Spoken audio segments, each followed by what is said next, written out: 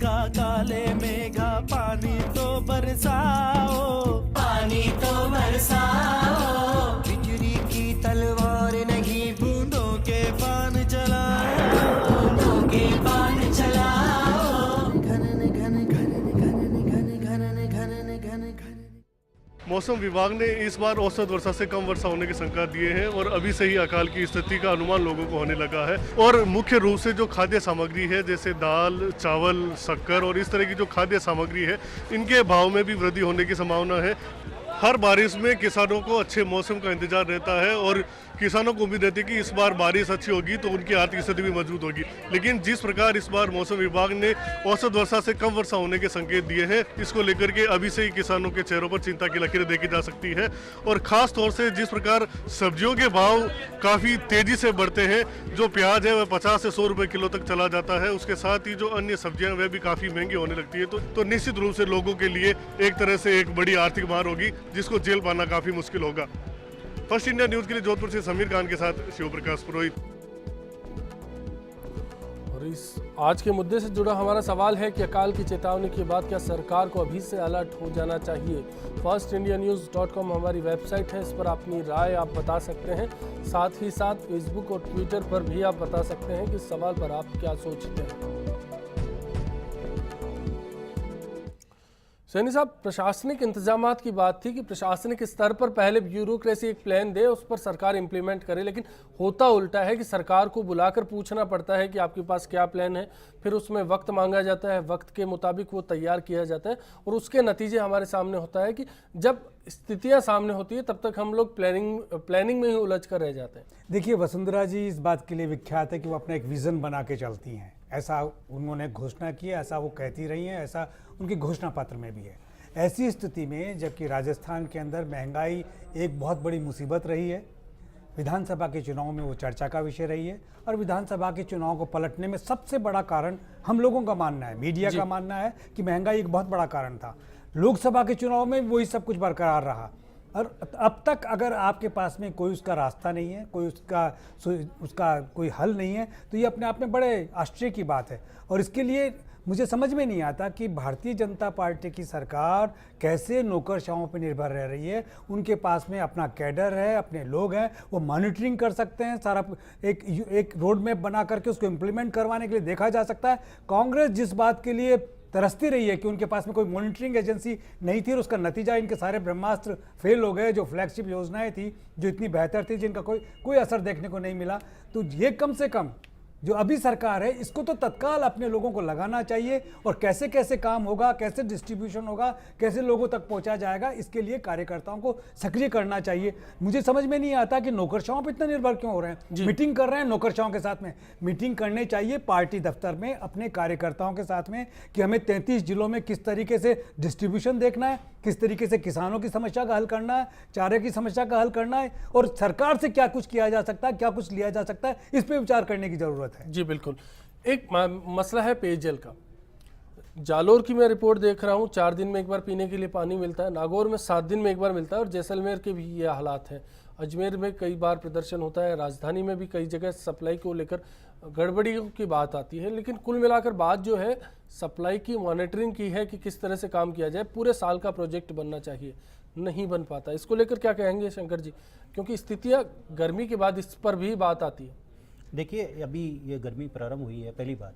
दूसरी बात, मैं आपको एक बात बहुत साफ बता देता हूँ बिना राजनीति किए हुए कि पानी एक ऐसी चीज़ है, बिजली वगैरह जितनी भी चीज़ें हैं आप प्रोड्यूस कर सकते हो। बिजली उत्पादन हो सकता है, सब कुछ हो सकता है, सूर्य की रोशनी से हो सकती है, हवा से हो सकती है। पानी एक ऐसी चीज़ है वो कभी भी उत्पादन नहीं हो सकता उसका पानी का। पानी तो आपके पास जितना अवेलेबल है उससे ही आपको काम चलाना पड़ेगा। रोज़ लोगों को अपनी लाइफस्टाइल चेंज करनी पड़ेगी। आज अपन क्या है कि कूलर के अंदर 6 बाल्टी पानी भरते हैं, दिन भर में एक आदमी 1 बाल्टी पानी नहीं पीता है। इस मैंने कहा ना, मैं राजनीति नहीं कर रहा हूँ, मैं बिना सरकार की बातें कर रहा हूँ, व्यवहारिक बातें कर रहा हूँ आपको। हम जब गांव में रहते थे, जब 1 लोटा लेकर के और जो है लेटरिन जाते थे, आज 3 बार फ्लैश चलाते हैं तो 3 बाल्टी पानी उसमें डाल देते हैं। तो ये तो जो लोगों ने इस लाइफस्टाइल बदल दी उसके कारण से पूरे देश भर में समस्या होने वाली है। आप चाहे जालोर का उदाहरण देते, चाहे कहीं और का देते, 4 जगह का, 10 जगह देते, मैं 20 जगह का दे देता हूं। पर वो जो समस्या जो है उसके लिए सरकार जितना प्रबंधन अपने तरफ से कर सकती है, सरकार पूरी तरह से सजग है। मैं वही सवाल कर रहा हूँ कि नदियों को जोड़ने की बात तो हम दूर चले जाते हैं, लेकिन पानी को लेकर जो मुद्दा है, वाटर हार्वेस्टिंग प्रोजेक्ट पिछली सरकार ने लगाए, क्या उनकी मॉनिटरिंग को लेकर सरकार इस बार इंतजाम कर रही है? मॉनिटरिंग कर रही है और अब मॉनिटरिंग कर रही है। अब मैंने आपको वाटर रिसोर्सेज के जो संरक्षण की बात है, जल स्रोतों की, उस पर क्या काम किया जा रहा है? पानी व्यर्थ बह जाता है, उसको लेकर कोई इंतजामात नहीं है। देखिए, इसके ऊपर मैंने आपको पहले ही कहा था, एक लॉन्ग टर्म प्लानिंग करनी पड़ेगी। आप आज कहो, जैसे सैनी साहब को क्षमा करें, सैनी साहब मुझे आपने तुरंत कहा कि साहब आप महंगाई कम नहीं हो रही है, मतलब 3 दिन के अंदर आप ये एक्सपेक्ट करोगे कि सरकार से कि भाई एक महीना सरकार को 70 साल का अनुभव है। नहीं, 70 साल के अनुभव की बात छोड़ दो, हम इस तरह से आपको ये पता होना चाहिए। एक मिनट मेरी बात पूरी कर लेने दें। आपको पता होना चाहिए कि नरेंद्र मोदी जी ने साफ साफ कहा कि ये 5 साल यानी 60 महीने के लिए मुझे मैंडेट दिया है, मैं मेरा कार्ड 60 महीने के बाद मैं आपके सामने पेश करूंगा। हम इस तरह से झूठ नहीं बोलते हैं कि ये प्रधानमंत्री जी ने कह दिया कि 100 दिन में महंगाई पूरा कर देंगे और आते कह दिया कि मेरे पास अल्लाह दिन का चिराग नहीं है, ये मनमोहन सिंह जी ने कहा था। इतनी झूठ बोली पूरे देश के सामने, हम झूठ नहीं बोल रहे हैं। अगर महंगाई बढ़ी है तो उसकी जिम्मेदारी हमारी है, अगर विनम्रता से स्वीकार करते हैं कि कहीं गलती हो रही है तो हमारी गलती हो रही है और बढ़ी है। फिर अपना सवाल दोहराता हूं, शायद क्लियर नहीं हो पाया। मेरा ये कहना है कि आपने जो वादे किए हैं उनको पूरा करना कब से शुरू करेंगे? 6 महीने राज्य सरकार को हो गए, 163 सीटों का मैंडेट इसीलिए आपको मिला है। आप अच्छी तरह जानते हो 6 महीने राज्य सरकार के माने जाते हैं। पहले साल में कोई सरकार बहुत ज्यादा काम करने की स्थिति में नहीं आती। 6 महीने राज्य सरकार को हुए, 3 महीने तो आपके उसमें चले गए, आचार संहिता में चले गए। पिछले 2-3 महीने से अब बैठना चालू किया, 1-1.5 महीने 2 महीने। सुशील जी, मैं आपके पास आऊंगा नहीं, लेकिन ये बात जो आपने बोली है कि 1 साल एक सरकार को सिर्फ जमने के लिए दे दिया जाए, नहीं, आप जनवरी के मध्य होना। अभी 3 महीने के आपने बाद कहा है अभी कि 1 साल कोई सरकार काम नहीं करती। 3 महीने के बाद में फिर उसके बाद में वो नगर पालिकाओं की आचार संहिता आ जाएगी। ये तो सारा ये मजबूरियां है। लेकिन मैं आपको जो मैं मेरी बात पूरी करने, मैं आपको कह रहा हूँ, सरकार पहले भरतपुर में गई, पूरे के पूरे एक गांव के अंदर जाके आई, वहां की सारी समस्याएं नोट करके लाई, वहां की सारी समस्याएं जो हाथ की हाथ हल हो सकती थी वो हाथ की हाथ हल करी, जो लॉन्ग टर्म प्लानिंग में डालनी है वो लॉन्ग टर्म प्लानिंग में जाएगी। इसी तरह से बीकानेर के अंदर पूरा को पूरी सरकार जा रही है, पूरे मंत्री जा रहे हैं, मुख्यमंत्री जी स्वयं जा रही हैं और जाकर के वहां पर एक अध्ययन करेगी। इस बात को आप लोगों को अप्रिशिएट करना चाहिए कि भाई ये सब कर रहे हो, बहुत अच्छा काम कर रहे हो, उसके अंदर क्या क्या आउटपुट है इसकी तो बात करें। केवल 2 दिन के अंदर हम उसकी भी बात करेंगे, लेकिन ये मुद्दा आपके वहां सांसद हैं, आपके उनका अध्ययन कौन करेगा? अध्ययन कर चुके हैं, लोगों ने उनको चुन लिया, उन्होंने चुन करके बता दिया कि समाधान दीजिए। अभी तो 6 महीने में दूसरा डिवीजन का नंबर आया और राजस्थान में 7 डिवीजन है। इस तरह पूरे 5 साल इसी में पूरे हो जाएंगे। सुशील जी, आप अच्छी तरह जानते हो, प्लानिंग बनेगी, आप अच्छी तरह जानते हो। 6 महीने से समीक्षाएं कर रहे हैं। रिपीट करूंगा तो अच्छा नहीं लगेगा। 3 महीने 4 महीने तो चुनाव में निकल गए, गुड तो 2 महीने सरकार ने गवर्नेंस काम का किया जो दिखाना चाहिए था आपके एक क्षेत्र में भी नजर नहीं आया। ये सब ना महंगाई रोक पाए, ना आप जो है महिलाओं पर अत्याचार रोक पाए, ना आप कानून व्यवस्था नियंत्रण कर पाए, ना आप जो है पानी बिजली की समस्या का समाधान कर पाए, ना आप लोगों के लिए रोजगार की व्यवस्था कर पाए। बुलेटिन भर्ती जो हो रही थी उसको आपने रद्द किया। आपने मेडिकल में भर्तियों के अंदर जो घोटाला हुआ, हाईकोर्ट में रिट लगी है, सीबीआई से जांच कराई जाए। इतना बड़ा प्रकरण ये खड़ा हुआ है और आप ये कह रहे हैं कि हम वहाँ जा रहे हैं, वहाँ जा रहे हैं, वहाँ जा रहे हैं। हमें जो फैसले लेके राजधानी में बड़े फैसले करने हैं वो तो बैठ के करें, वो डिसीजन तो हम करें, वो तो हम कर नहीं रहे और हम यहाँ जा रहे हैं, वहाँ जा रहे हैं, समय पास करने के अलावा और कोई काम नहीं है। वैज्ञानिकों का, विशेषज्ञों की हम मदद लेकर के आने वाली चुनौती का मुकाबला कैसे करें उस पर हम काम नहीं कर रहे हैं। अफसर जो नौकरशाह हैं, जिनको इन सब्जेक्ट की नॉलेज नहीं है, जो प्रशासनिक स्तर पर फेल्योर रहे हैं, उन लोगों को बैठ करके मीटिंगें चल रही हैं। तो इस जनता का क्या होगा? भाई हम तो चाहते हैं कि भगवान अच्छी बरसात करे, राजस्थान को ये स्थिति देखनी नहीं पड़े और विकास के रास्ते में हम तेजी से आगे बढ़ें। लेकिन किसी भी क्षेत्र में कहीं भी ये नजर नहीं आ रहा कि राजस्थान की सरकार वो आगे बढ़ती हुई नजर आ रही। जी चलिए, वो तो इस पर बात करेंगे, आपसे बात करेंगे ना सुशील जी। कॉलर हमारे साथ श्रीगंगानगर से नरेंद्र सेतिया जी जुड़े। तो वैसे ही 13 सीट नरेंद्र जी, सवाल बताएं आपका। अजी 13 सीट आएगी आपके, 6 बीच में से उठा दो आप। नरेंद्र जी, क्या जानना चाहते हैं आप? सर, मेरा इनको सवाल नहीं, मेरी इनको राय है कि आलोचना की राजनीति को छोड़ के आज जो भी समस्या है उसका वैज्ञानिक रूप से इस समस्या का समाधान ढूंढे।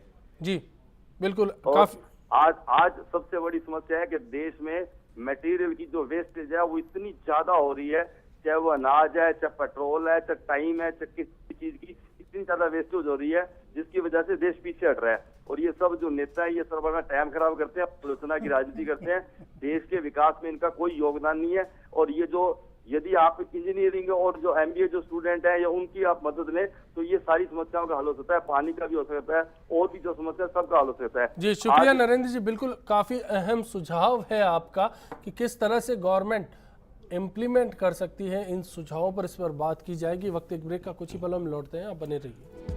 कहाँ से बोल रहे हैं? श्रीगंगानगर। गवर्नमेंट को अभी से ही कई राहत कार्य चालू कर देने चाहिए, जिससे जनता को या और भी किन लोगों को फ़ायदा हो और आगे और ज़्यादा परेशानी नहीं आए, क्योंकि बारिश कम होंगी किसानों को और कई चीज़ों में दिक्कतें आ सकती है।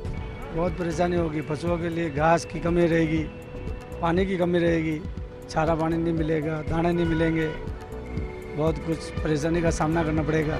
मेघा काले मेघा पानी तो बरसाओ, पानी तो बरसाओ, बिजली की तलवार नहीं बूंदों के बाण चलाओ, बूंदों के बाण चलाओ, घन घन घन घन घन घन घन घन घन।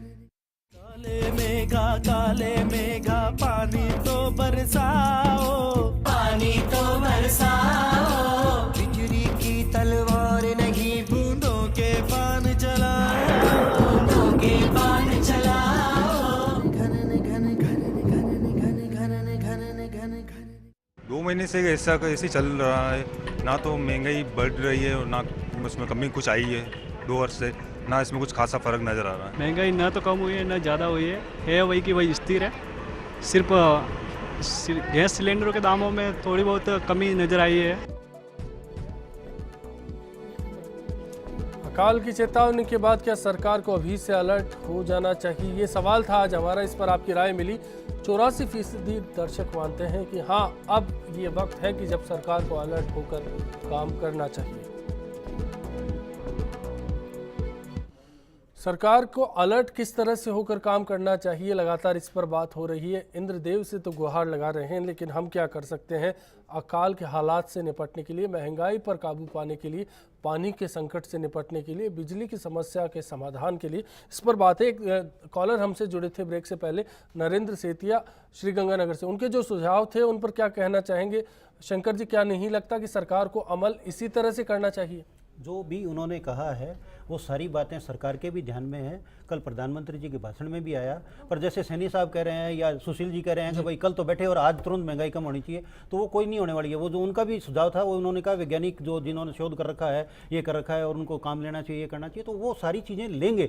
तो लेंगे तो इट विल टेक टाइम, मतलब उसमें समय लगेगा। आप ये चाहो कि भाई आज हमने सरकार कल बैठी है और कल और आज ही नरेंद्र मोदी जी महंगाई कम कर दे, तो हम तो 100 दिन का झूठा वादा करने वाले हैं नहीं। मैंने पहले भी दोबारा रिपीट कर रहा हूँ, हमने ये नहीं कहा कि भाई 100 दिन के अंदर महंगाई कम कर देंगे। ये तो कांग्रेस ने कह करके और चुनाव जीत लिया और उसके बाद में मना कर दिया। चलिए, मैं अशोक परनामी जी को आपको सुनाना चाहूंगा। बीकानेर संभाग की तैयारियों का आप जिक्र कर रहे थे, बीकानेर में पानी की समस्या है, उस पर क्या कहते हैं?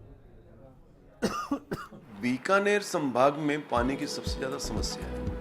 एग्रीकल्चर पानी को ले लो, सिंचाई के काम को लेकर ले लो, तो आदरणीय वसुंधरा जी ने, मुख्यमंत्री मोदी ने इस बात को महसूस किया कि हम ये सारी समस्याएं अपने आंखों से देखें और उसका निदान वहां पर करें।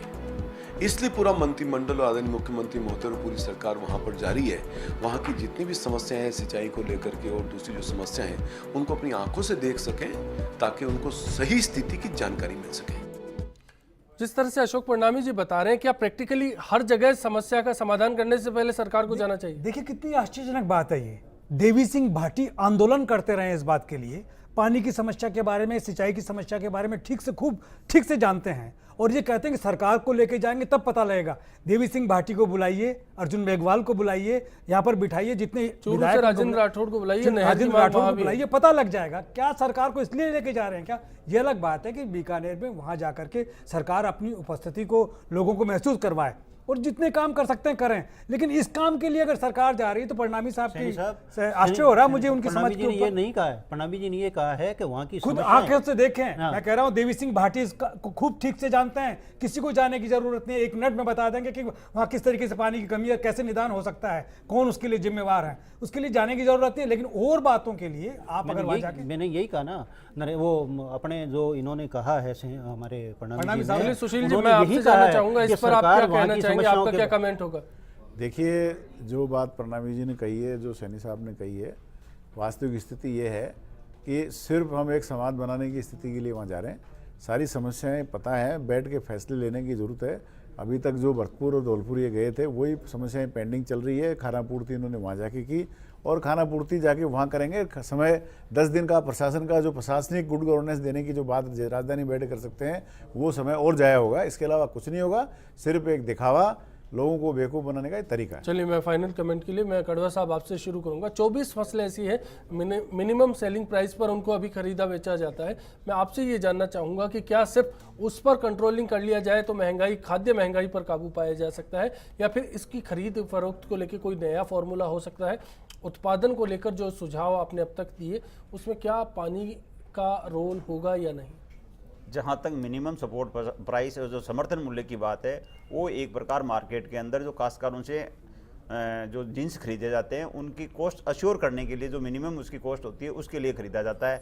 ये सरकार का पूरा मैंडेट नहीं है कि पूरी की पूरी फसल को है एमएसपी पे खरीदे। एमएसपी से ज़्यादा भाव होते हैं तो काश्तकार उनके पास आता भी नहीं है। जहाँ तक कृषि उत्पादन और पानी की बात है, ये सही है कि इस साल कुछ मानसून लेट नज़र आता है। इसके लिए सरकार द्वारा पूरी कंटीजेंसी प्लानिंग तैयार की गई है। और जो शॉर्ट ड्यूरेशन वेराइटी या इसके अलावा जैसे अभी बात कर रहे थे, राजस्थान के अंदर सबसे ज़्यादा करीब 44 लाख हेक्टेयर के अंदर बाजरा उत्पादन होता है। जो पश्चिम राजस्थान पूरा बाजरा पर डिपेंड करता है, तो बाजरा की जो मैं जैसे आपसे निवेदन कर रहा था कि जो शॉर्ट ड्यूरेशन वेराइटी है उसकी सरकार ने भरपूर तैयारी कर दी है। और उसके जो मिनी किट्स वगैरह है वो इवन ग्राम पंचायत तक पहुंचाए जा चुके हैं। इसके अलावा भी हमारे जो आपके दक्षिणी राजस्थान है उसके लिए जैसे मक्का उसकी मेन क्रॉप है, तो मक्का के लिए भी एक ऑपरेशन गोल्डन रेज के नाम से जो काश्तकार है उनका हाइब्रिड जो मक्का है वो सप्लाई किया जाता है, जिसका शॉर्ट ड्यूरेशन है और अच्छी उत्पादन होता है। तो इस प्रकार सरकार पूरी तरह से कृषि विभाग पूरी तरह से तत्पर है। और दूसरे जो साथ के विभाग है जैसे पशुपालन विभाग है और है, उनके साथ भी सामंजस्य करके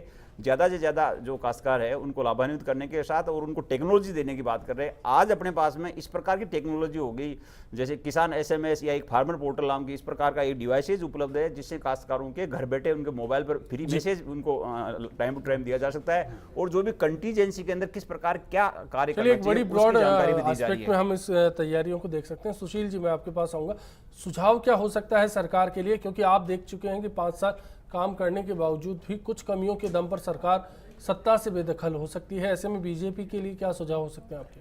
देखिए, मैं मानता हूं कि सभी तकनीकी विशेषज्ञों को साथ बैठा करके जो इस चीज़ को समझते हैं, रोजगार के अवसर पैदा करने की बात है, पशुओं के लिए चारे का मैनेजमेंट की बात है, और जो महंगाई बढ़ेगी और अनाज की व्यवस्था की बात है, और किसानों को और इस तरह की जो अभी बताया गया है कि इस तरह की हम बीज देंगे जो कम समय में पैदा हो सकती है फसल। तो ये एक विशेषज्ञों का मामला कुल मिला करके सरकार को विशेषज्ञों को साथ लेकर के, मैं मानता हूं कि ऐसी कोई बात है तो सर्वदलीय बैठक बुला के सभी प्रतिनिधियों को विश्वास में लेके आगे बढ़ना चाहिए। निश्चित रूप से संकट के समय में, परेशानी के समय में कांग्रेस हमेशा है जो जनता के साथ है, और जो भी अच्छा काम होगा उसको हम सहयोग करेंगे। नकारात्मक राजनीति में हम विश्वास नहीं करते हैं, हम रचनात्मक राजनीति में विश्वास करते हैं। जी शंकर जी, देखिए, आपने जो ये चॉइस जिनसों वाली बात कही थी ना कि चॉइस आइटम ये है, तो उस आइटम में मैं जब आपने कही थी उस वक्त ही मेरे दिमाग में आई थी, थोड़ी सी बात इन्होंने बताई, लेकिन मैं उसके आगे बढ़ाता हूँ।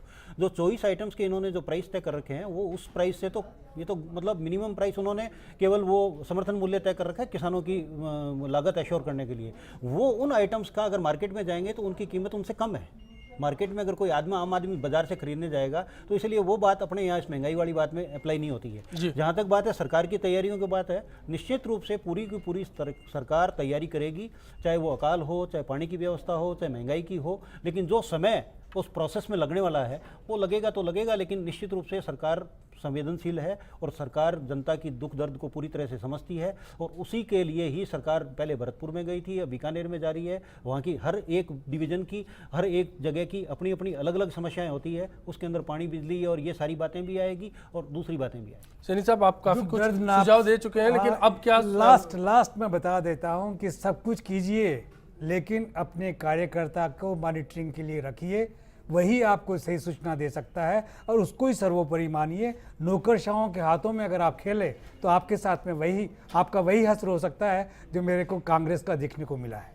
जी, तो आप सब इस चर्चा में आए, मेरा और दर्शकों का ज्ञानवर्धन किया। आपका बहुत बहुत शुक्रिया। इस चर्चा में आज इतना ही। चलते चलते गीत आपके लिए। नमस्कार।